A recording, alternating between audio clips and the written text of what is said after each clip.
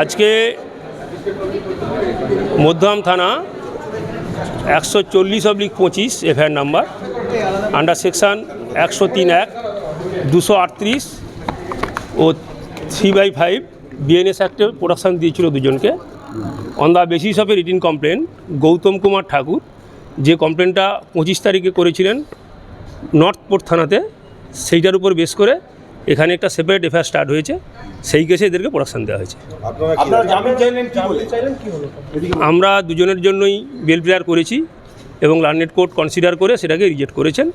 13/3/2025 next date fix করেছেন।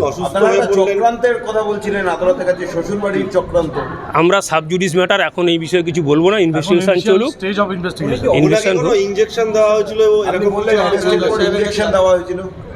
আমরা যেটা অ্যাজ পার মাই ক্লায়েন্ট ভার্সান আমরা কোর্টের কাছে মুভ করেছি, আমরা মেডিকেল অ্যাসিস্ট্যান্সের প্রেয়ার করেছি।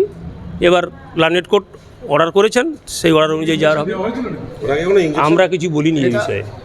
আরতি ঘোষ তিনি অসুস্থ হয়ে পড়লেন, আমরা মেডিকেল অ্যাসিস্ট্যান্সের প্রেয়ার করেছি, লার্নেড কোর্ট কনসিডার করে অর্ডার করেছেন। ওনার প্রেশারের ওষুধ খেতে হয়, অনেক ঘুমের ওষুধ খেতে হয়, সেই জন্য আমরা মেডিকেল অ্যাসিস্ট্যান্স প্রেয়ার করেছি যাতে ওনাকে সুস্থভাবে থাকে। আপনি বলছিলেন আপনার মক্কেল নির্দোষ, কিন্তু ওনাকে একেবারে হাতে নাতে মৃতদেহ সহ, সেটা তো ইনভেস্টিগেশন পার্টের ম্যাটার। ইনভেস্টিগেশন যেটা উঠে আসবে সেটা পরে জানতে পারবেন আপনারা সবাই। আপনারা কি নির্দোষ দাবি করছে? অবশ্যই। কি দাবি করছে একটু খুলে বলুন। আমার মক্কেল সম্পূর্ণ নির্দোষ, আমরা সেই গ্রাউন্ডেই বিল প্রেয়ার করেছি। সেটা এখনো পর্যন্ত আমরা ইনভেস্টিগেশন পাশে আছে, এই মুহূর্তে আমরা কিছু বলতে পারবো না।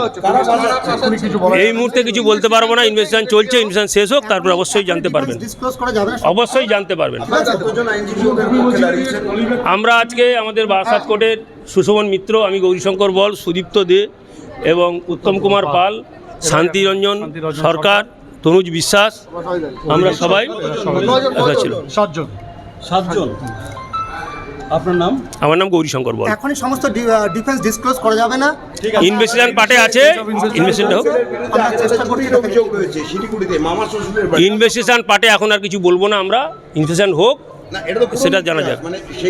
সেই মুহূর্তে আমরা এখন কিছু বলবো না, সাব জুডিস ম্যাটার আমরা কিছু এই মুহূর্তে বলতে চাইছি। এখনই কিছু বলতে চাইছি না, এই কারণেই সাব জুডিস ম্যাটার ইনভেস্টিগেশনটা হোক। আর আপনারা যে কথাগুলো বলছেন তার উত্তর সময় বলবে, সময় উত্তর দেবে। এখন সমস্ত ডিফেন্স ডিসক্লোজ করা যাবে না। এইটা যেটা রিটেল স্টেটমেন্টের মিস্টার ঠাকুরের যে স্টেটমেন্ট ছিল, স্টেটমেন্ট অনুযায়ী উনি বলেছিলেন চাবি আমার মক্কেলের গায়ে ছিল না, ঠিক আছে, as per version of Gautam Kumar Thakur. আর যেটা বলছে ট্রলি ব্যাগের চাবি, আমি একটা জিনিস মনে করি, ট্রলি ব্যাগের চাবি যেহেতু আমার ক্লায়েন্টের কাছে ছিল না, ইনভেস্টিগেশন যা আসবে দেখা যাক না কি হয়, ঠিক আছে। চাবি ছিল না, যেটা স্টেটমেন্টে আছে সেটাই আমি বলেছি।